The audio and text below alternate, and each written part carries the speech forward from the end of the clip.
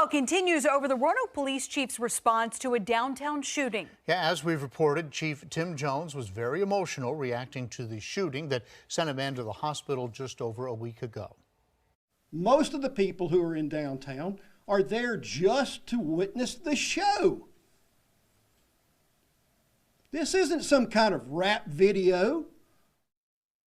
Well, that comment and others came under fire again today at City Council meeting. 10 News reporter Jessica Jewell was at that meeting and joins us now live in Roanoke with more. Jessica?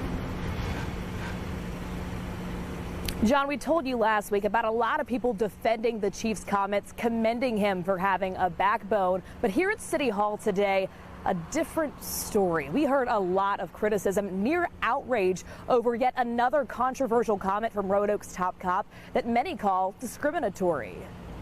Roanoke NAACP President Brenda Hale Monday stopping short of calling for Chief Jones to resign, as some have, but saying enough is enough. She says his comparing the shooting to a rap video is racist and particularly concerning after his controversial comments a couple months ago, talking about rape victims that many criticized as victim blaming.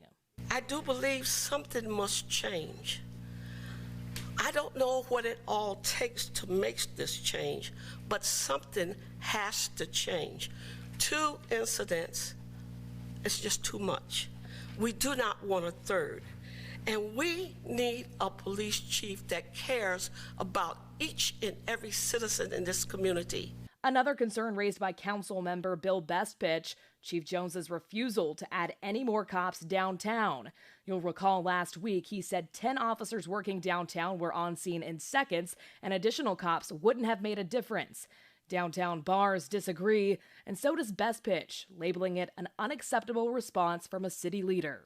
If 10 police officers are in the city market area and incidents like this continue to happen, I have to wonder, how are they being deployed?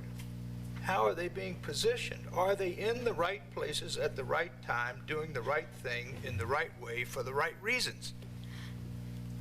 I don't know. But I think that our city administration needs to know. Bestpitch says we need to take a closer look at where exactly we're putting our officers downtown, whether they're in plain clothes or in uniform, among other issues. No clear resolution on this topic today, but certainly something that many say cannot be swept under the rug. Live in Roanoke, I'm Jessica Jewell, 10 News, working for you.